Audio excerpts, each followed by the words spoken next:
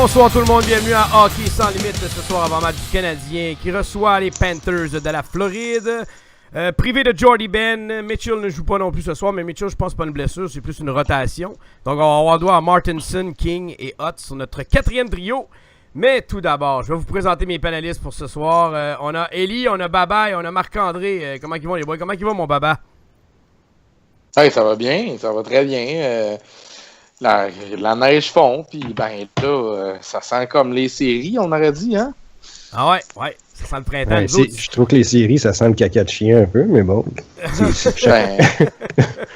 Et on a je reste proche d'un parc, hein, c'est ça qui arrive.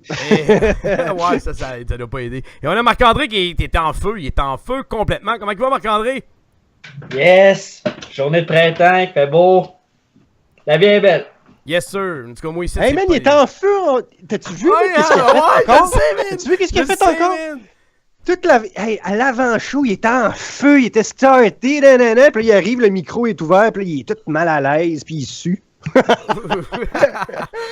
on va revenir sur le dernier match de Dallas. On va se le dire tout de suite. Je pense qu'il y a personne qui a remarqué. Je pense que tout le monde a remarqué les 5 premières minutes qui ont été absolument désastreuses, on va se le dire.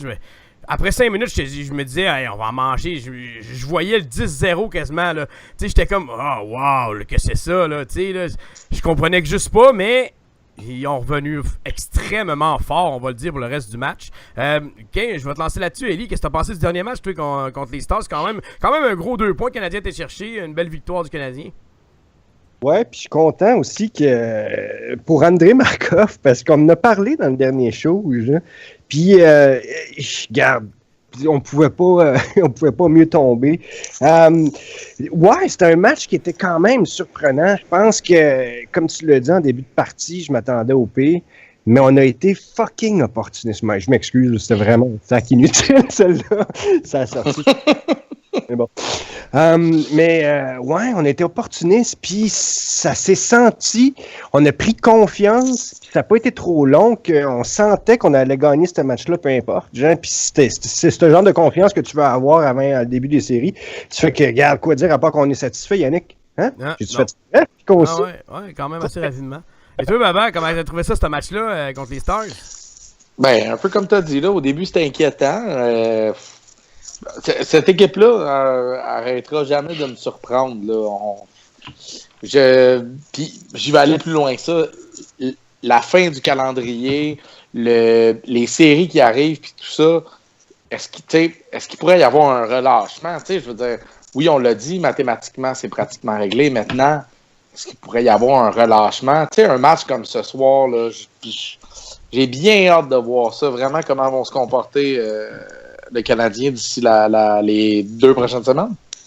Faut pas qu'il y ait trop de relâchement, on va se le dire tout de suite. Parce que les matchs à domicile, moi je l'ai dit, il faut faire un statement avec la fiche qu'on avait dernièrement. Là, on est 5-6-3 à nos 14 derniers matchs à domicile. On ne joue pas encore pour 500. Je pense qu'il fallait régler ce problème-là devant nos partisans. Parce que, tu sais, on parle d'avantage de la glace en série. Il faut montrer aux autres équipes qu'il y a un avantage de la glace. Malgré notre excellente fiche de 23-11 à domicile, tu sais, dernièrement, ça allait moins bien. Moi, je pense qu'il faut jouer des gros matchs comme à soir, puis après ça, on s'en va samedi sur la route. On termine la saison sur 4 matchs sur 5 à l'étranger. Ouais. Donc, peut-être que un coup, notre place assure en série. Moi, je pense qu'il faut creuser l'écart un peu à Ottawa. Un coup, si on gagne à soir, puis Ottawa perd à soir avec 6 points d'avance, avec 5-6 matchs à jouer, même si on a un match en main, ça va être dur pour Ottawa de nous rattraper. Peut-être qu'on va en avoir aussi des matchs à même. Marc-André, toi, qu'est-ce que tu as pensé du match contre les Stars? Un peu comme tout le monde, les 5 premières minutes, j'ai trouvé complètement pénible de voir le Canadien embouteillé dans sa zone. Revirement après revirement, des chances de marquer en partant avec Jamie Benn, tout seul dans l'enclave. Une chance que Carey Price a été là pour limiter les dégâts parce qu'on a vu tout de suite un déclic un peu dans le minding des joueurs du Canadien. Parce que après les 5 premières minutes, je te dirais que les 15 dernières de la première, de la deuxième, puis même la troisième période, on les a complètement dominés. Même qu'à un certain moment, c'était rendu 14-2 les tirs. Puis on était rendu en troisième. Fait que je me disais, tabarouette, c'est dans le fond, un match en 2 temps. Puis c'est ça, j'ai bien aimé l'effort par la suite des gars. Ils se sont bien démenés. Puis belle victoire! Ouais, J'ai deux points à ajouter là-dessus, si tu permets, Yannick. Ouais. De un, on n'a pas parlé, mais le fait que Montoya soit blessé, ça pourrait, pour le restant de la saison, causer des problèmes. En fait, tu sais, je sais. Non, j'envoie ben, Lindgren. Moi, je pense que. Tu vas t'envoyer autant Lindgren que tu as même envoyé Montoya. Ouais, même si Montoya est blessé pour le reste de la saison, puis qu'on est assuré en série à soir. Oui, non, je sais. Mais si on est assuré d'une place en série à soir, puis que justement Montoya prolonge sa blessure, moi, j'ai pas de mal à donner 2 matchs sur 5 à Lindgren. Il y a une affaire qu'il ne faut pas oublier. Oui, c'est certain, mathématiquement, on saura si on gagne ce soir. On fera partie des playoffs, puis je pense qu'on pense depuis un certain bout qu'on fera partie des playoffs anyway. Ouais. Ça, c'est que tu peux pas perdre tous tes derniers matchs pareil. Là. Il faut non, mais Lindgren. Écoute, Lindgren, c'est pas un deux tu l'as jamais vu dans la Ligue nationale. Ben oui, il a joué l'année passée, Eli. Il a battu les Hurricanes l'année passée. Mais par exemple, Eli, tu sais, je dis qu'on peut y faire jouer 2 matchs. Ça peut être juste un match aussi. Mais mettons qu'on gagne à soir puis on s'assure d'une place en série. Bon, ben, tu peux mettre Charlie Lindgren, mettons, samedi. Non. Puis. Attention, une séquence de 2 matchs en 2 soirs, ça sera clairement là qu'on va le voir. Là. Mais moi, dans ma tête, là, je mets Price samedi, je mets le backup contre le 3 en Floride. Parce que là, tu vas avoir une journée de congé le samedi. Lundi prochain, moi, j'envoie le backup. Si Montoya n'est pas prêt, j'envoie Lindgren. J'ai aucun problème à envoyer Lindgren. Il va être solide autant que Montoya l'a fait, moi, je pense. Oui. Après ça, moi, j'ai l'impression que Price veut garder les buts. Moi, je pense qu'ils vont le limiter à 60. Il veut se retrouver devant le filet. Ouais, mais en même temps... Lindgren va garder les buts samedi à Détroit. Mais entre ce que Price veut puis il va recevoir, moi je pense qu'il y a une grosse différence parce que oui, on veut gagner les matchs. Oui, Carey Price veut jouer, mais en même temps, il faut y aller logiquement. Tu sais, on va se le dire, en ce moment, Devin Dubnyk avec le Wild du Minnesota, il est devant le filet quasiment à chaque match, puis on voit sa descente aux enfers depuis l'année 2017. Même chose pour Bobrovsky. Ça a été dur pendant un certain moment. Là, il s'est repris puis il y a un bon pourcentage. Tu regardes même Braden Oldby qui a eu des moments un peu plus difficiles, même Carey Price. Mais on s'entend que il faut partager la charge de travail pour qu'il soit frais 10 points en série. Moi, Price, présentement, 58 départs. Je suis persuadé qu'ils vont le limiter à 62 matchs. Fait que je m'attends à 4 matchs. Avec à soir, il va rester 1, 2, 3, 4, 5 matchs. Fait que je m'attends à avoir 2 backups dans les 5 derniers matchs. Price va en gauler 3. Ce qui va donner 62 départs. Moi, je pense que le plan de départ a jamais été dérogé. C'est pour ça, pour moi, ça me trompe pas. Fait que je me dis qu'on va voir, à mon avis, un backup lundi, peu importe le nom, puis un backup contre Détroit le 8. Price va gauler au Centre Bell vendredi le 7. C'est ce que je crois.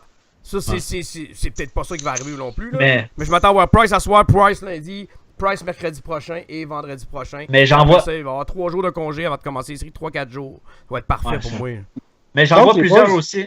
J'en vois plusieurs aussi un peu partout qui parlent que tu sais, dans le temps, Martin Brodeur en gaulait des 75-77 parties. Mais des affaires de même, on n'en voit plus. C'est ça que plusieurs ne semblent pas comprendre. C'est ça que. Dans ce temps-là, il n'y a personne qui touchait à Martin Brodeur. Non, mais c'est ça. Mais c'est sûr que là, c'est une nouvelle mentalité aussi avec le nouveau hockey. Tu peux plus te permettre de faire jouer ton gardien des 70-75 matchs en espérant. Non, mais en espérant que ton gardien soit de façon optimale en série, surtout avec la Coupe du Monde qu'on a eue. On regarde Bobrovsky qui a joué tous les matchs de la Coupe du Monde ou presque, sauf un peut-être. Puis là, il a joué quasiment tous les matchs dans les 60 premiers avec Columbus. Tu sais, t'arrives en série, le gars veut pas, il y a un réservoir, puis à la fin, il va sûrement être rendu à sec. Là. Mais c'est vrai qu'est-ce que vous dites, puis c'est correct, puis je comprends, vous protégez Price, puis tout ça, puis vous dites peu importe le backup qui va prendre les minutes. Bon, mais l'autre affaire qui est plate là-dedans, c'est que on perd le momentum pour Montoya. Montoya va jouer en série. Aussi. Montoya va. Pourquoi Montoya joue en série? Non. Ben, maintenant, si on a une suite de matchs, il va falloir qu'il en joue. Ça m'étonnerait. Non. Montoya ne goalera pas un match en série. Je sais pas pourquoi tu parles de ça. Montoya ne goalera pas un match en série. Peu importe si ce soit des back-to-back. En série, c'est ton numéro 1 all the way. Il n'y a pas de on va donner un match à Montoya pour reposer Price en série. Là. C'est justement ça le but de reposer Price là. Pour que Price prenne la charge de toutes les séries. Puis si tu vas oser dire à Price, tu goals pas asseoir en séries éliminatoires, tu le perds à jamais. Ça se fait pas. Tu peux pas faire ça. Impossible. Impossible pour moi. Tu verras pas Montoya, là, d'après moi, il va être correct pour le match contre le 8, le 8 avril. D'après moi, on va le voir là. Puis je mets Lindgren lundi. Puis Montoya, il connaît son rôle. Il sait qu'il va embarquer juste si Price, pendant un match, mettons, le Canadien donne 4 buts en première. Ça va être ce genre de match-là que peut-être que Price va être enlevé ou de quoi de même. Si c'est 4-0. Mais à part ça, là, tu verras pas Price pas gauler de game. Ça, c'est clair en série. Là. Je trouve que c'est pas l'idéal pareil que Montoya. Non, ben c'est ça. Sa blessure, tu sais, il a commencé à s'entraîner. Tu l'as vu, tu sais, il faisait des déplacements corrects. Là, tu le vois aller parler à Wade, il était debout, tu sais, il était correct. Puis, d'après moi, c'était un inconfort. On sait pas quoi, tu sais, on sait pas comment, on sait pas rien. Fait que, d'après moi, c'est peut-être juste. C'est peut-être préventif. Il reste 2 semaines. Il reste 2 semaines avant les séries. Fait qu'en même temps, tu sais, ça sert à quoi de brusquer les choses, surtout qu'on a une bonne position au classement. Pour moi, c'est juste plus préventif qu'autre chose, puis tant mieux. Là, ça va donner du millage à Charlie Lindgren. Toi, Baba, qu'est-ce que t'en penses? Moi, je l'ai dit, Lindgren va garder les buts pour un match. Ça va être le dernier match de la saison, et puis that's it. Donc, tu crois que Montoya reviendra pas? À moins que Montoya revienne, mais tu sais, c'est dur à dire présentement, mais à ce stade-ci, là, mon feeling, c'est ça. Est-ce que Montoya reviendra d'ici là? Tu donnes 5 des 6 derniers départs à Price, dans le fond. Ce qui donnerait 63 matchs, j'aurais pas de trouble avec ça. Moi, j'ai calculé quand Montoya s'est blessé, j'ai dit il va aller à maximum 63. Ce qui tombe, ce que tu viens de dire. Il gaulerait tous les matchs, sauf le match à Détroit le 8. Exact. Alright, c'est bon. Vas-y, Élie, t'avais une question? Ouais, je me suis muté, fait que j'ai pas pu la dire. Non, en fait, qu'est-ce que je voulais dire, c'est qu'on parle des blessés, mais celui qui est plus inquiétant, c'est Jordy Ben. Puis on ne sait pas qu'est-ce qu'il y a exactement. Est-ce que c'est préventif? Est-ce que c'est préventif, puis est-ce que c'est juste de le faire embarquer dans la rotation sans vraiment vouloir faire de vagues, là? Je me posais la question. Là, tantôt, quand Yannick nous annonçait ça, là, je ne l'avais pas vu passer. Quand Yannick nous a dit ça, je me disais, c'est peut-être juste de l'embarquer dans la rotation sans vouloir faire de vagues avec tout ça, puis dire, lui aussi mérite peut-être un petit repos. Je ne sais pas quoi penser de tout ça, de cette rotation en défensive. Actuellement, là, il y a des gars qu'on n'a pas vus depuis très longtemps. Là. Je pense qu'ils ont dit que par exemple. Ils ont dit que c'était une blessure. Mais pour moi c'est plus préventif qu'autre chose. Ouais, moi c'est plus préventif parce que moi, je pense pas qu'il soit vraiment dans la rotation des défenseurs qui est avec Nesterov, Beaulieu. Tu parles aussi d'un Davidson. Mais par exemple, on parle de Jordy Ben, excuse. Jordy Ben, depuis son arrivée à Montréal, si je l'ai vu jouer un mauvais match, voire 2, c'est beaucoup. Jordy Ben joue à l'intérieur de ses limites, mais Jordy Ben reste Jordy Ben. Tente pas de trop en faire, fait les jeux simples, il est physique, personne touche à Price et défend ses coéquipiers. Pour moi, Jordy Ben est loin d'être dans la rotation. Non, moi aussi. Ben, le dernier match, rappelez-vous, au début, dans le milieu du match contre Dallas, il a quitté. Il est revenu au banc, je pense. Il a manqué, je pense, une affaire comme 2-3 chiffres. Là, il est revenu au banc. Moi, dans ma tête, je me suis dit... Puis il venait juste de dire, c'est après la première période, il venait de dire justement Pierre-Roux qu'il avait bloqué 4 tirs en première période. Puis là, au début de la deuxième période, il était pas au banc. Il est apparu au banc, je pense qu'après 2-3 minutes de jeu.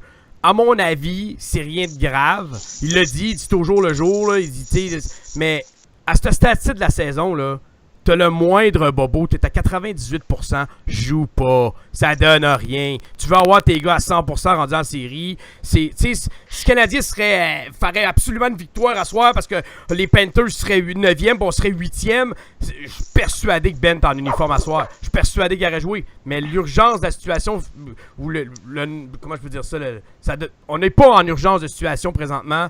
Pour dire à Jordy Ben, tu vas jouer blessé pareil, pour n'importe quel joueur de l'organisation, tant qu'à moi. Là. Est-ce que vous êtes arrivé de vous demander ce qu'on ferait sans Jordy Ben? Hey, c'est fou, man, c'est fou. Pendant que vous en parliez, je me disais, hey, on a donné Patterson, puis moment ironique de la dernière game qui ont montré la femme à Patterson en gros plan à RDS. J'ai comme trouvé ça drôle un peu. C'est ironique, puis tu sais, on va le dire, Patterson a joué 20 minutes, il y a eu 8 mises en échec contre le Canadien, mais pas de points, rien, là. Mais il est rendu essentiel à notre équipe.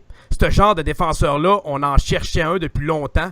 Un Emeline, moi, tant qu'à moi, mais comment Puis Emeline, on va dire, il a retrouvé ses repères. Là. On a su des raisons pourquoi il jouait mal là, dernièrement. Là. Il y a eu des gros problèmes personnels. Il a pas voulu en dire plus, mais il y a eu des problèmes personnels. Il y a plein d'affaires qu'on sait pas. T'sais. J'ai été dur avec lui, puis je pourrais m'excuser aujourd'hui, mais en même temps, j'ai jugé performance et non des affaires hors glace, des affaires qu'on sait pas. Mais Jordie Benn est rendu essentiel aux Canadiens, plus que Beaulieu, plus que... Je te dirais pas plus que Weber, Markov et Petrie, parce que ça reste notre top 3. Là. Mais plus que Emeline. Plus que Emeline, à mon avis, il y a une importance plus grande que Emeline aussi. Là. Ben, il est plus, c'est con à dire, sans être meilleur que Emeline dans certains aspects, dans le sens, je pense qu'Emeline est beaucoup plus physique, il fait beaucoup plus mal. Ouais, non, c'est ça. Mais il est beaucoup plus complet. Mais en tout cas, à date, je pense qu'on a peut-être encore biaisé parce qu'on n'a pas un bassin de match assez... Mais ça me rappelle... quand Patterson est arrivé, rappelez-vous, on pensait pareil aussi. On disait enfin quelqu'un qui est assez gros, capable de bouger à rondelle. Mais je pense que je préfère la vision de Jordie Benz à date. Qu'est-ce que j'ai vu? Je pense qu'il fait des jeux simples, il se casse pas le cul. Puis ça marche. Puis mais c'est la seule grosse différence. C'est la seule grosse différence entre les deux. On peut-tu dire que Ben est plus intelligent? Un joueur plus intelligent côté hockey sense? Ouais. Il y a un plus gros hockey sense, il y a une meilleure vision. Un des deux, je ne sais pas exactement c'est quoi qui mais la seule différence, ce qui avantage Alexei Yemelin en ce moment, c'est plus son côté physique. C'est les mises en échec percutantes, les mises en échec qui peuvent changer l'allure d'un match. Ça c'est vraiment l'avantage que Yemelin a. Mais si Yemelin ne l'utilise pas, il devient absolument justement inutile aux Canadiens parce que justement, s'il ne frappe pas, il est correct défensivement. Il offensivement. Bien. Dernièrement, il joue vraiment bien, Yemelin. Mais offensivement, il n'apporte rien. Ben non plus ou moins. La différence entre les deux, c'est 3 millions de dollars. C'est tout simple que ça, il n'y a rien d'autre à dire. 3 millions de dollars, c'est que 3 millions, c'est beaucoup d'argent. Puis si tu as la chance de les économiser cet été, moi je dis, vas-y. C'est pas le choix. Là. Si tu peux avoir 3 millions de plus pour aller sur le marché des agents libres ou aller en rapatrier un en Russie, en Suède, en Finlande, en Chine ou peu importe, mais regarde, on y va à 100 000 à l'heure. Parce que Jordie Benn peut être un partenaire pour Petrie. Il serait capable de jouer avec Petrie sans problème et de donner 18-20 minutes par match. Il serait capable de le faire. Confiance à Petrie, c'est certain, parce qu'on sait que c'est ça qui est ça. C'est clair, parce que tu as à voir quelqu'un qui est rock solide, qui est stable, que tu sais exactement comment il joue, tu sais exactement qu'est-ce qu'il va faire. Parce que c'est ça aussi à jouer simple. T'sais. Quand quelqu'un joue simple, tu n'as pas à te casser le cul. Est-ce qu'il va-tu essayer une feinte entre tes pattes? Non, c'est ça. Puis depuis son arrivée, je pense qu'il y a des avantages numériques. Il est un des meilleurs de la ligue. Il joue avec Ben et Weber en désavantages numériques. Écoute, quand tu as ça en avant de toi pour Price, là, il n'y a pas de boys, mots. Là. Je voulais vous lancer sur quelque chose parce que ça me tente de vous faire péter une coche. Le temps de jeu de Weber, j'en ai entendu parler tantôt avant le match. Ouais, mais je trouve ça stupide. Il y a du monde qui l'ont critiqué. On nommera pas de nom. Mais c'était à la TV, disons. Est-ce que vous trouvez qu'il joue pas assez, comme on semble dire, qu'il devrait jouer plus de minutes, puis qu'on le ménage? Qu'est-ce que tu en penses? Mais je vais commencer par Baba, parce que les deux autres, je vous ai entendu là-dessus, puis c'est redondant. C'est quoi ta question? Est-ce que je pense qu'on le ménage?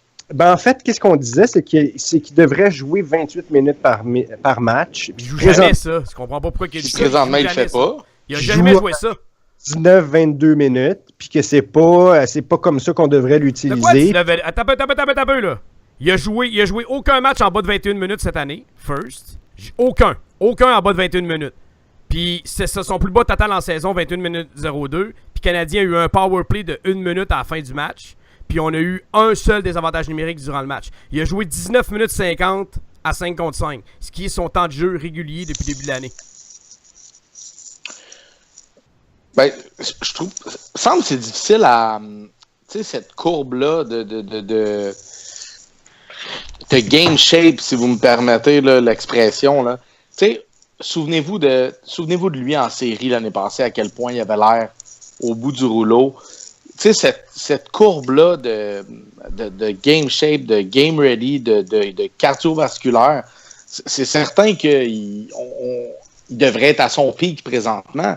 Est-ce qu'on veut lui donner l'opportunité de se reposer avant le début des séries? Est-ce que ce serait le genre de gars qui pourrait cacher des petits bobos? Sûrement. Puis,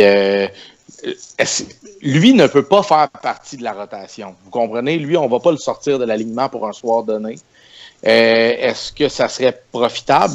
Peut-être, mais on le fera jamais. Présentement, là, la tendance est vers ça chez le Canadien. Puis c'est dans la même veine que je vous dis que Ben s'assoit ce soir. On le repose, puis on repose nos effectifs pour les séries. Puis, je vais donner ces statistiques. Là, je vais donner les statistiques. Puis en passant, quand tu dis que l'année passée, il n'a pas été bon en série, là, tu juges sur un match. Parce que si tu as écouté toutes les séries avant chez Weber, là, en première ronde et dans les 6 premiers matchs en série contre les Sharks, c'était une bête, ce gars-là. Il a connu un mauvais match avec Josie, puis le monde est stické là-dessus quand ce playoff, il est pas bon. Cette année. Il y a eu des séries ordinaires, disons. Il n'a pas été fidèle à sa réputation l'année dernière. Moi, je pense qu'il y a eu des bonnes séries, sauf peut-être un match ou deux où que toute l'équipe de Prédateurs allait pas bien. C'est sûr qu'il y a le portrait d'un match qu'on se souvient bien parce que ouais, c'est ça. Il a carrément eu l'air fou. Ouais, lui et Josie ont eu l'air vraiment de deux cons. On va le dire. Là, ça arrive, un mauvais match, ça a tombé dans le pas bon. Présentement, là, en forces égales, chez Weber, il joue 18 minutes 54. Ça, c'est à forces égales. Mais en moyenne, en désavantage numérique par match, il joue 2 minutes 57, puis il joue 3 minutes 16 en power play par match. Donc, on parle d'un gars qui joue entre 5 et 6 minutes en power play et en désavantage numérique. Si le Canadien a eu seulement un désavantage numérique et un power play, c'est normal qu'il va jouer son 19 minutes à 5 contre 5. Il n'y a rien de nouvelle là. J'en revenais pas quand j'ai vu ça. J'ai dit, mais allez voir le temps de jeu des joueurs. À 5 contre 5 dans la Ligue nationale, là, présentement, Weber, là, il est classé au 14e rang à 5 contre 5. Si tu regardes les plus, le Ryan Suter joue 21-55 à 5 contre 5, 21 minutes Bufflin, Doughty, tous des défenseurs qui sont extrêmement mobiles. Des gros défenseurs comme Weber. Subban joue 19-50. T'sais, on parle d'une minute de différence. Mais en temps total de glace, ils jouent à peu près la même affaire. Fait que, tu sais, faut pas là, aller plus loin que ça. Le Canadien n'a pas eu de power play, n'a pas eu des avantages numériques. C'est un des rares matchs, ça. Puis Weber a joué 19 minutes et demie en 5 contre 5. Le même temps qu'il joue normalement depuis le début de l'année. C'est juste qu'on n'a pas eu de power play, des avantages numériques. C'est rien que ça la différence. Moi, pour moi, c'est ça. Là. Je comprends pas le buzz d'avoir stické. J'en revenais pas quand j'ai vu la nouvelle. J'étais atterré. Bon, je pense que, tu sais, comme, on est dans un creux. Là, comme on le disait un peu, je sais pas si on le dit en ondes ou hors d'ondes, mais on est comme dans la ligne d'attente des playoffs. Ça fait que, tu sais, les matchs qui sont présentement, compte pas vraiment. Comme vous l'avez dit, on peut se permettre on devrait en gagner un. Là. Si on gagnait ce soir, à partir de maintenant, je pense qu'on pourrait pas mettre la pédale douce, mais reposer ses effectifs. Mais il faut pas oublier quelque chose aussi. Claude Julien, les boys, a gagné la Coupe Stanley il n'y a pas si longtemps non plus. Il sait peut-être exactement quoi faire, ou il a peut-être une bonne idée de comment il devrait préparer une équipe qui va aller jusqu'au bout. Puis c'est peut-être ça qu'il fait présentement en instaurant sa rotation puis en reposant ses vétérans. En tout cas, c'est peut-être une théorie qui vaut. C'est ça que je te dis, c'est qu'il l'a pas reposé. C'est ça j'essaie d'expliquer. C'est qu'il a pas joué moins que son temps régulier depuis le début de l'année. Je parle pas de Weber, mais je parle en général. Ça fait que même si c'était vrai, est-ce que ça serait si... Tu sais, dans le sens, est-ce que ça serait... c'est ça, exactement. C'est ça, je suis d'accord avec toi. Même si c'était vrai. Même si c'était vrai, parce qu'on va s'entendre, c'est pas vrai parce que les stats sont là, mais même si ça serait ça, tu sais, ça changerait quoi? Parce que je pense que... Moi, j'ai pas de trouble, c'était à la fin de l'année, avant les séries, de reposer un Markov, de donner un match à Weber, s'il veut en avoir un. Comme on va faire avec Price. On va reposer Price aussi. Il va en avoir un match de repos. Tu sais, il y a rien de mal à ça. Pour moi, c'est juste normal. Ça va se faire partout. Dans NBA, là, ils te mettent des line-up, ils sortent 4 vedettes dans un match. J'ai vu les Spurs cette année jouer un match avec toute leur bench. Il n'y avait aucun de leurs partants qui était de l'alignement. Fait qu'imaginez-vous, il avait rappelé même des joueurs, parce qu'ils sont rendus des clubs écoles dans la NBA, là, puis il avait même rappelé des joueurs pour jouer ce match-là parce que leurs 5 partants, ils jouaient pas de la game. Fait qu'imaginez-vous, là, c'est pareil partout. T'sais, dans la NBA, on va s'entendre. Ouais. Là, c'est... La NBA, c'est les playoffs, ça ressemble au hockey. Ouais, c'est long et ardu. Fait que, moi, je pense que pour l'instant, là, ces décisions-là, ça reste des niaiseries, mais on n'a pas grand-chose à parler. Ça fait que j'imagine que certains médias amplifient des affaires pour essayer de créer quelque chose avec rien, parce que c'est un peu ça. T'sais, je veux dire, c'est un non-débat. Je veux dire, il joue assez de minutes, puis on l'a vu. Puis sous Michel Therrien, il jouait le même nombre de minutes. Puis c'est un non-débat. C'est juste, est-ce qu'il devrait jouer plus parce qu'on voit certains défenseurs le faire. Il n'a pas le même âge non plus. Là, non, ça c'est clair. Il m'a posé une question l'autre jour. Il dit Brian Flynn, il arrive quoi avec lui? Je sais pas. Il est marqué encore blessé. Il est encore blessé au haut du corps. Puis il est marqué centre, encore blessé au haut du corps. Qu'est-ce que t'en penses? Ah ouais, ben on va il est pas revenu au jeu. Il est pas. Je pense qu'il a recommencé à pratiquer. Je pense que oui, mais je suis pas. On n'entend même pas parler à la TV. Même pas parler. On n'entend pas parler de lui. On entend. Nesterov, y a-t-il quelqu'un qui a des nouvelles de lui? Non, on n'entend pas parler. Nulle part. Tu sais, on va le dire comme on devrait le dire. On s'en calisse. Ces deux gars-là, on va le dire. Là, c'est de la profondeur totale. Là. Ben ouais, puis même là, il va falloir 2-3 blessés avant qu'ils reprennent une place quelque part. Là. On va s'entendre. Là, Nesterov, là. Il n'a pas mal en avant de lui. Il y a Davidson en avant de lui. Il y en a une bonne gang, comme on dit. Là. Flynn, ben là, à soir, on va voir Hot avec Martinson et King sur la 4e ligne. J'espère que King va montrer un peu d'affaires à Hot. Malgré que King a bien joué. Il est allé dans le scrum. Là. Ben, ouais, le scrum, puis je vais en parler là, parce que le geste de Nathan Beaulieu a fait le dernier match quand Flynn s'est fait plaquer puis il a sauté sur le joueur. Est-ce qu'on veut vraiment se débarrasser de ce gars-là avec du chien comme ça? Parce que veut pas, c'est aimé ça. C'est aimé dans la... Moi, quand j'ai vu ça, man, ça me faisait chier parce que j'avais comme un mixed-up de feeling. J'étais comme, mon tabarnak, là, tu me fais ça, là, le style, là, je t'aime, là. Là, je t'aime, mais pourquoi tu fais pas ça tout le temps? Tu sais, là, c'était comme un mixed feeling d'émotion de dire, j'ai hâte que tu partes, mais Chris, quand tu fais ça, je te garderai. Êtes-vous d'accord avec moi là-dessus, vous autres? Ben, vas-y, Baba. Sinon, je vois. Est-ce que je suis d'accord? Moi, j'adore ça. Je suis d'accord avec toi, Yannick, de dire que puis même, je vais aller plus loin que ça.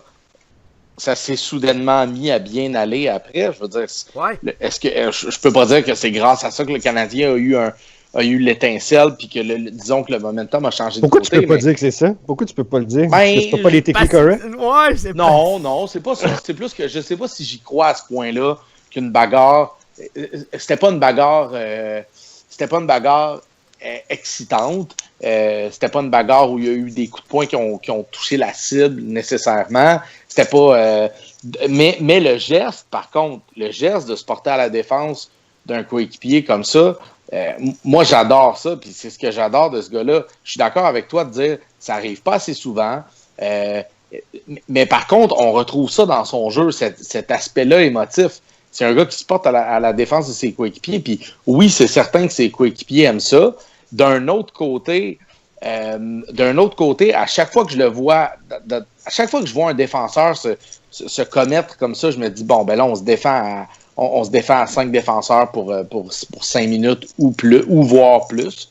Fait que c'est de choisir le bon moment aussi. Le moment était le bon, à mon avis, à 1-0 pour Dallas. Je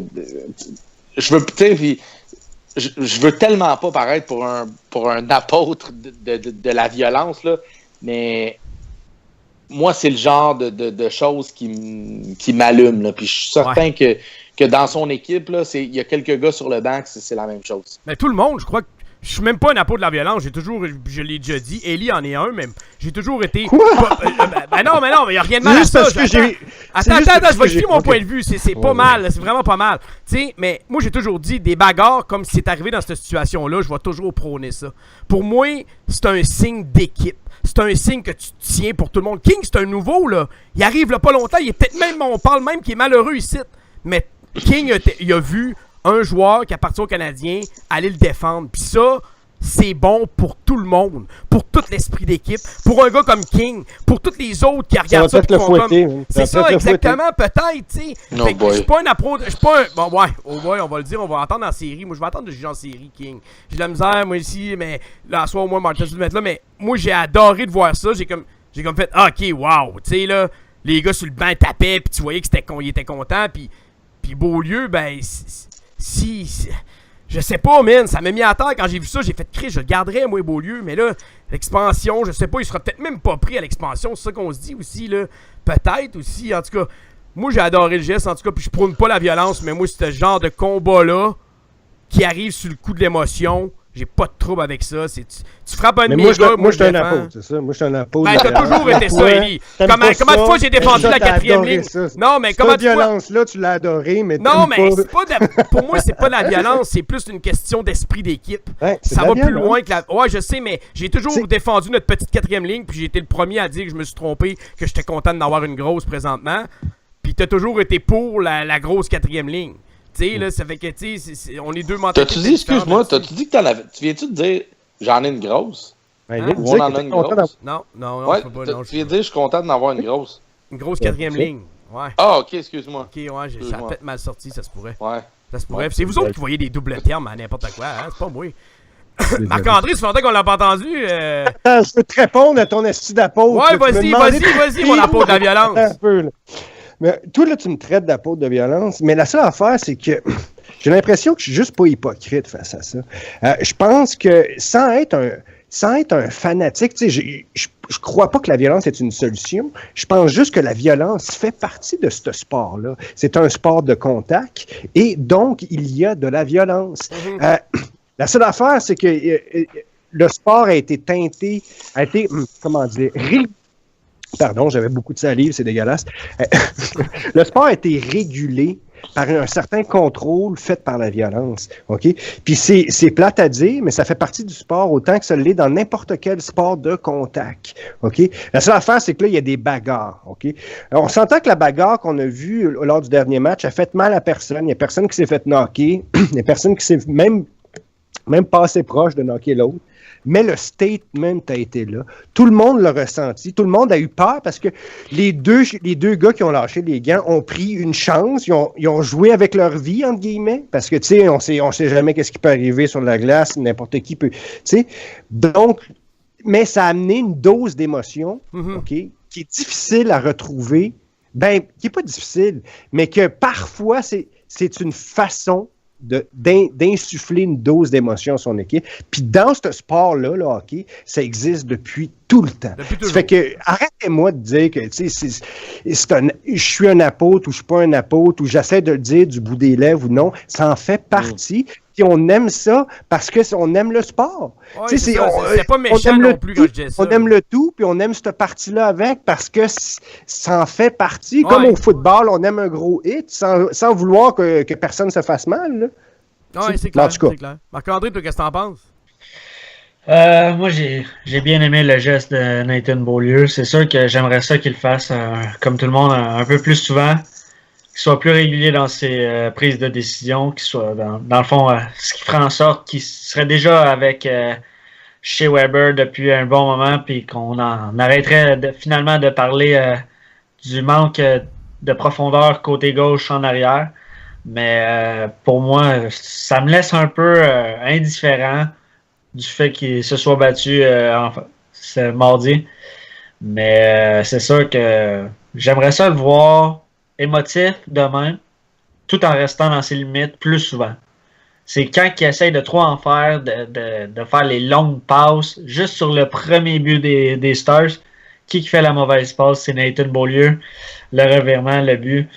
Donc, c'est sûr que tant et aussi longtemps qu'il n'aura pas compris ça, ne pourra jamais être régulier top 4 dans la Ligue nationale. Mais selon moi, plus les années avancent, plus moins j'ai d'espoir. Ouais, moi aussi, c'est un peu ça. Il y a un show sur le chat, Stéphane, Élie, c'était notre bon ami Stéphane qui était avec nous autres à Parlons Hockey avant. Ils sont sur le chat, lui et Linda. Salut, Stéphane! Wow! Ça fait longtemps. Ah, ben ouais, la dernière fois, ça ils vous sont rajeunit pas, ça, les gars? Ouais, non, ça nous rajeunit pas. Là. Ça fait quoi, 6 ans à peu près de ça, 6-7 ans? Il veut ça, tu sais, puis on en a parlé, ça revient à ce que Élie a dit. Il n'y a pas juste une façon de changer le momentum. Il demande si la mise en échec de Emeline sur Jamie Benn, ça a sonné la fin de la récréation pour les Stars. Ça a eu un impact certain parce qu'après cette mise en échec-là, le Canadien a dominé 14-1 dans les tirs au but pour le reste de la période. C'est pas... L'incident est comme direct relié à ça. Fait à mon avis, c'est relié. Oui, je pense que ça a réveillé l'équipe en voulant dire, OK, là, bon, on se réveille, puis la foule s'est levée. Tu sais, t'es au banc, la foule, t'es inquiète, là, la foule, après 3 minutes, ça huait, là. J'ai entendu des huées, moi. Un moment donné, Markov a pas qu'elle a réduit, j'ai entendu, ouh, là, j'étais comme, ah, si, là, la foule était impatiente déjà, ça fait 3 minutes, là. Tu sais, là, pis c'était déjà 1-0. Puis cette mise en échec là, la foule a fait, waouh, pis cette adrénaline-là au banc, là, de la foule qui se lève, c'était comme, OK, là, on se réveille. Puis le Canadien s'est réveillé, puis on a connu la suite après ça. Moi, je pense que ça a un impact direct. Toi, Élie, t'en penses quoi? C'est encore muté. Il est pas T'en penses peut-être rien. Tabarnak. Non, j'en pensais rien. J'étais en train de chercher. J'étais muté. Non, mais je sais pas quoi en dire de plus. Là, je pense que oui, tous ces petits gestes-là, c'est des gestes qui insufflent de l'adrénaline. T'sais, quand tu étais sur le jeu, puis tu le vois, puis il y a quelque chose qui arrive, t'as comme un boost, man. Puis que ça, veut pas, c'est un boost naturel que ça donne aux joueurs. Tous ces petits gestes-là, que ça soit des mises en échec, que ça soit des bagarres ou des shots au but qui passent proche puis que t'entends la foule crier, se lever puis là t'es pas sûr pendant une fraction de seconde. Toutes ces petites actions-là te donnent de l'extra énergie qui fait que t'es capable d'aller une coche de plus. Ça fait que je sais pas c'est quoi la question, là, j'ai juste répondu random. Non, c'est le hit d'Emeline. Le hit d'Emeline a changé le momentum un peu du match. Toi, qu'est-ce que t'en as pensé, Baba? Je pourrais pas en rajouter plus. Là. C'est la même chose. Mais le momentum du match, le hit d'Emeline, la bagarre de Beaulieu, chronologiquement, qu'est-ce qui est venu l'un avant l'autre? Emeline est venu au début. Emeline est venu, c'était encore un 0. Ouais. Weber, je pense que Beaulieu, 0. c'était en deuxième période, si je me trompe. En 15-07 de la deuxième. Au début de la deuxième, Beaulieu qui s'est battu. Puis Emeline, c'était en première période. C'est après ça que les Canadiens ont dominé, malgré que les Conan arrêtaient toutes là, en première période. Là, jusqu'à temps que Pacioretty le déjoue justement à 15-49. Pendant la punition de Beaulieu, c'est là que Pacioretty a marqué le but égalisateur. Ce que je peux dire sur Emeline, par contre, là, c'est que vraiment, je suis... Je l'ai dit là, la dernière fois avec vous, là, j'en ai glissé un mot, puis comme quoi j'avais confiance en Claude Julien pour justement qu'Emeline retrouve sa confiance à lui. Puis je dois dire que à l'autre des séries, là, je sens un Emeline, peu importe les problèmes personnels ou tout ça, là, il a joué un bon match contre Dallas. J'espère que ce soir, ça va. Exact. Puis en plus, c'est exactement ça. C'est que c'est comme une vieille machine. Là. Faut juste peut-être y donner un peu de route, là, un peu de temps pour que le faire jouer, le laisser aller, qu'il retrouve son synchronisme, qu'il retrouve sa confiance. À l'autre des séries, c'est une bonne nouvelle là, que ce gars-là joue comme ça. Puis j'espère que pour les 2 prochaines semaines, là, pour le reste de la saison régulière, en fait, là, qu'on voit un Emeline qui continue de travailler ces aspects-là. Puis je l'avais dit la dernière fois, si on a le goût de passer un printemps un peu plus long, là, il faut que ce gars-là retrouve sa forme. Là. Tu sais, juste pour te dire, il a répondu, il y avait une raison, tu sais, qu'il a terminé 2 matchs de suite à moins 3, là, Dallas et contre les Hawks, contre Calgary. Il dit, il y avait une raison, mais c'était personnel, a dit Emeline, il avait du match contre les Panthers. Je rentrais pas dans les détails, j'ai été un peu malade aussi. T'sais, j'ai réussi quand même à dormir, à titre du journal. Il est un bon bébé en parlant de son bébé. Il dit, mes meilleurs matchs sont dans le futur, la saison n'est pas terminée. On me jugera à la fin. Pour l'instant, c'est pas mauvais, mais ça pourrait être mieux. Tu sais, là, c'est vraiment, là... il y avait vraiment de quoi de personnel qui se passait, puis on pouvait pas le savoir, nous autres, fait qu'on a jugé vraiment les performances. Là. Bon, c'est ça qu'il faut qu'on fasse. Je vais parler de quelque chose d'autre, les boys, vite fait 5 minutes. Alex Galchenyuk, le dernier match, 14 minutes 18, statistique des 0 partout. Aucune tentative de lancer, aucun tir au but, aucun revirement provoqué, rien, 0, 0, 0, 0, 0, 14, 18 de temps de jeu. C'est pas compliqué, là, sa ligne, c'est le seul du Canadien qui a des 0 partout. C'est pas sa place à l'aile. Moi, je comprends pas pourquoi il est encore à l'aile. Burkshit, que je l'appelle, quand normalement, il a sorti un article des statistiques avancées sur Alex Galchenyuk. Vous pourrez lire ça sur rds.ca. les statistiques sont carrément à l'avantage. Et le pire joueur pour Gallagher, selon les statistiques depuis le début de la saison, c'est Andrew Shaw. Et le meilleur fit pour Galchenyuk, c'est Gallagher. Avec Gallagher, c'est le Canadien, quand ils sont ensemble dans l'alignement, le Canadien marque 3,30 buts par match. Et quand ils sont pas ensemble, on parle de 1,70 buts par match. Donc, moi, j'aimerais ça voir un trio Galchenyuk avec Gallagher et Lekonen. Je comprends pas pourquoi il l'a pas essayé encore. Lekonen qu'on voit de belles choses dernièrement, mais ça vous inquiète. Il faut que Galchenyuk retrouve sa touche avant les séries. Je pense qu'on est tous d'accord là-dessus. Hein? Qu'est-ce que t'en penses, Marc-André? Ben, c'est sûr que dernièrement, c'est un peu plus difficile pour lui. Bon, quoique, même s'il s'est inscrit au pointage ici ou là, un peu partout. Mais un peu comme toi, Yannick, je pense que sa place est véritablement au centre. C'est sûr que, bon, oui, il a l'instinct d'un marqueur naturel, Galchenyuk, qui gardait un peu trop longtemps la rondelle des fois. Mais pour moi, ça n'a aucun rapport avec le fait qu'il soit sniper ou pas, parce qu'on regarde Steven Stamkos, qui est l'un des meilleurs centres de la Ligue nationale, puis j'en vois seulement un qui est meilleur marqueur que lui année après année, puis c'est Alexander Ovechkin. Sinon, il n'y en a pas un qui l'accote. Mais pour moi, il faut qu'il retrouve sa place au centre. Mais peut-être, moi, je dirais peut-être pas avec Lekonen puis Gallagher. C'est sûr que moi, j'aimerais ça voir un trio, mettons, on pourrait dire Pacioretty, Galchenyuk avec Gallagher.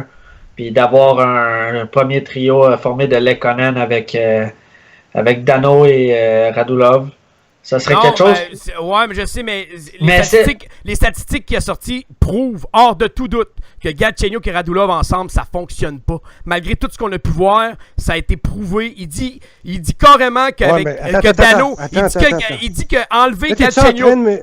Regarde, tu me cites les stats. Écoute, non, ouais, parce que c'est. Berkshire. Écoute, ouais. Non, parce que lui. Hey, non. Yannick. Attends un peu, Marc-André. Attends 2 secondes. Élie, quand il fait des stats avancées, quand il arrête de comparer Subban et Weber, 2 défenseurs, à des styles opposés, là, ça me dérange pas. Il l'a déjà fait avant, puis j'adorais ses articles. C'est juste quand il s'est mis à s'acharner sur 2 défenseurs au style opposé pour montrer qu'un est meilleur que l'autre en position de rondelle, quand on le sait déjà sans stats avancées, ça, je trouve ça stupide. Je trouve que c'est de la mauvaise foi. Faire un article comme ça qui prouve que Galchenyuk sur une première ligne, défensivement, en arrache, mais que quand il est sur un centre de 2e ou 3e trio, il est de loin supérieur. Ça veut dire qu'il est peut-être pas prêt défensivement à prendre la charge. Il l'a dit, Dano avec Radulov et Pacioretty, les chiffres le prouvent, qu'il crée beaucoup plus d'occasions de marquer. Il dit, c'est ça la grosse différence. Mais Galchenyuk doit jouer sur un 2e trio. Pour lui, c'est clair. Dans une phrase, puis après ça, je vais te laisser aller. Non, mais, ok, vas-y. Berkshire a prouvé qu'il était capable de faire dire n'importe quoi à ses statistiques selon qu'est-ce qu'il pense lui. Donc, tout qu'est-ce qu'il dit est biaisé pour l'instant et je n'y crois donc pas. Non, donc, il n'est pas biaisé. Attends. Le fait que ça soit proche de qu'est-ce que toi tu penses... Non, ben écoute... Élie. Mais je veux pas que tu me cites ce gars-là puis que tu me dises que ses stats sont valables parce qu'on sait comment il est capable de trouver qu'est-ce qu'il veut pour justifier son point. Élie, enfin, Pops qui pense même pas, qui pensait lui aussi que c'était un ailier, a changé d'idée en lisant l'article parce qu'il le prouve. Il dit oui, il y a des carences en défensive, mais quand il joue sur la première ligne, c'est là qu'on remarque plus ses erreurs défensives. Quand il jouait sur d'autres trios au centre, il était de loin meilleur. Puis selon les statistiques avancées, il s'améliore, comme je le dis depuis des mois, il s'améliore défensivement, mais le monde ne le voit pas parce qu'il remarque juste l'erreur. Puis quand il fait cette erreur-là sur un premier trio, il y a une différence majeure. Moi, je le mets sur une 2e ligne. Je resterais Dano en haut, puis je le mets sur une 2e ligne avec Lekonen et Gallagher. J'enverrais ça avec Byron, avec Plekanec. C'est un trio défensif, c'est parfait. Mais Galchenyuk ne doit pas être utilisé sur un 3e trio. Pour moi, je trouve ça complètement stupide. Yannick, où j'ai dit que Galchenyuk jouerait avec Alexander Radulov. J'ai jamais dit ça. La seule chose que j'ai dit, c'est que moi, selon moi, mon opinion là-dessus, c'est que je ferais littéralement un trio avec Pacioretty, Galchenyuk, Gallagher, puis que je placerais Lekonen avec Dano puis Radulov. Avec Radulov, t'as le joueur talentueux, capable de la mettre dedans, puis de faire des jeux incroyables. Moi, je touche pas à Dano, Radulov, Pacioretty. Non, mais t'as le centre Dano qui est relativement très intelligent, qui a un bon centre, qui est bon dans les 2 sens de la patinoire, puis qui est capable aussi de compléter un trio offensif. Puis tu as Arthur Lekonen qui, même s'il en est à sa première saison, ben il performe aussi. Pour moi, si tu veux rentrer en série, c'est pas juste avec un trio. Faut que tu rentres en série avec minimum 3 trios, plus un 4e trio énergique et physique. Ce qu'on a en ce moment avec Martinson et Mitchell. Dwight King, ça, on le sait pas, on verra en série. Mais dans le pire des cas, tu places McCarron, puis ça change la donne. Mais pour moi, c'est sûr que, mon opinion à moi, j'aimerais ça voir Lekkonen avec Dano et Radulov.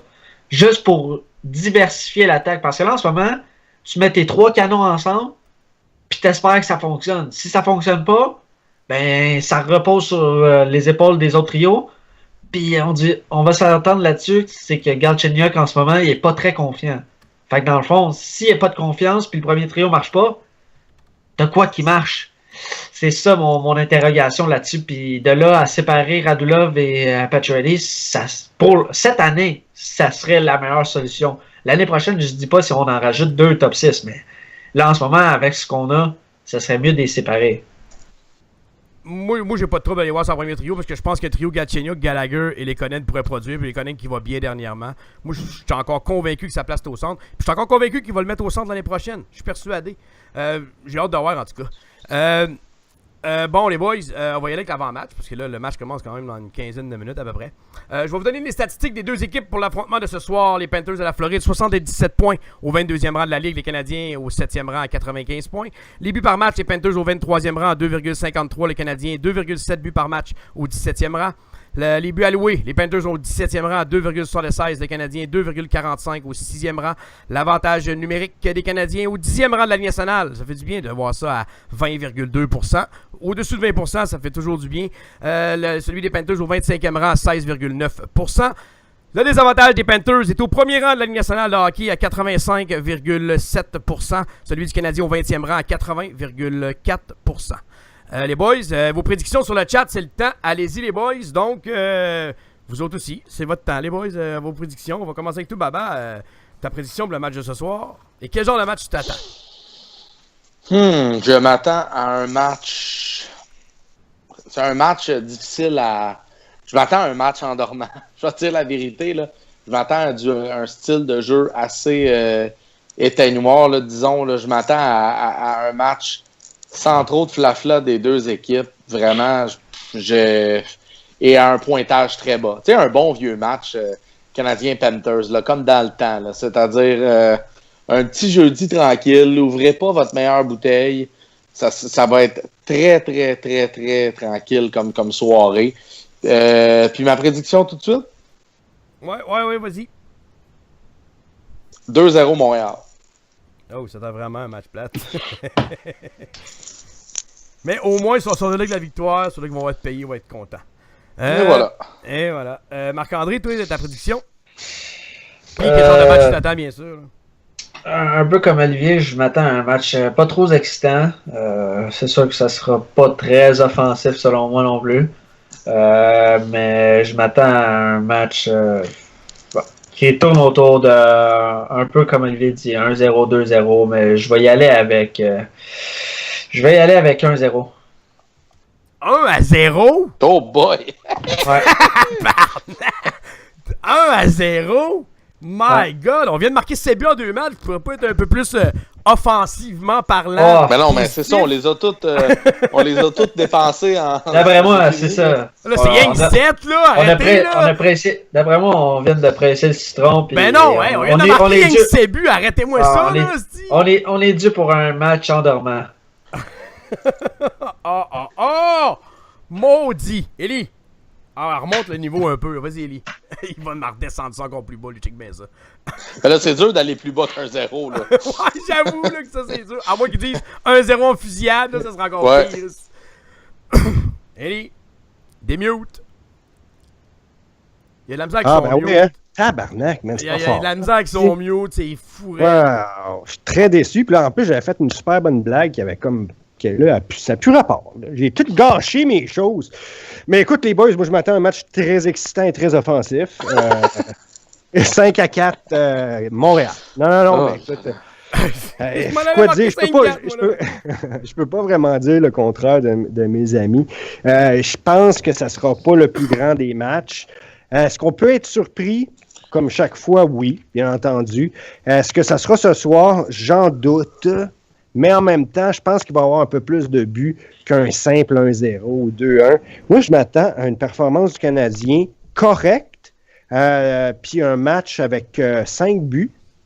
Puis donc, le Canadien va gagner 3-2. Là-dessus, j'ai droppé ma feuille, man. C'est comme dropper le mic, ça. Moi, tu me copies parce que moi, mes scores sont marqués avant, puis j'ai marqué 3-2 Montréal. Arrête de dire ça, c'est faux. C'est toi qui me copies. Moi, je sais que c'est quoi qui est marqué sur ta liste. Je sais, mais c'est ma... Moi, quand je fais ma feuille, il y a que moi qui sais mon score. Dans le fond, c'est pour ça que je le donne jamais avant, voir si quelqu'un va être pareil comme moi. Mais moi aussi, j'ai prédit une victoire du Canadien 3-2.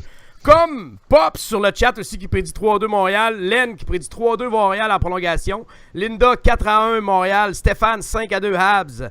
Mélissa 3-1 Montréal aussi. Et on a Marc-Olivier aussi qui prédit une victoire de 3-1 des Canadiens. Donc c'est unanime pour les Habs à soir.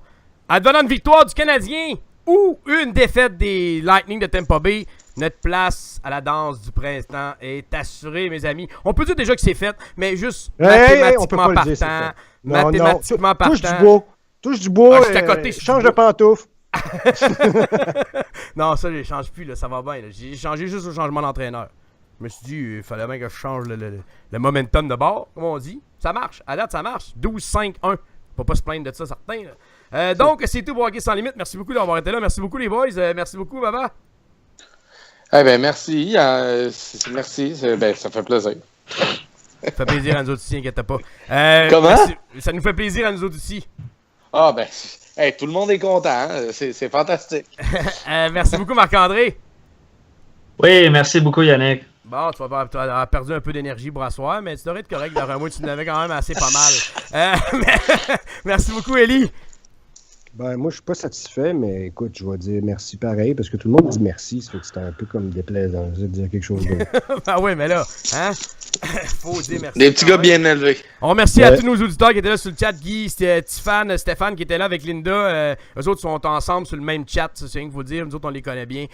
Sylvain, Moff, tout le monde qui était là. On vous invite tout le monde à nous suivre sur notre page Twitter, le @commercial HockeySL, notre compte Facebook de HSL Hockey Sans Limite. On a une page aussi Hockey Sans Limite Amis. Vous pouvez nous ajouter. On ajoute tout le monde.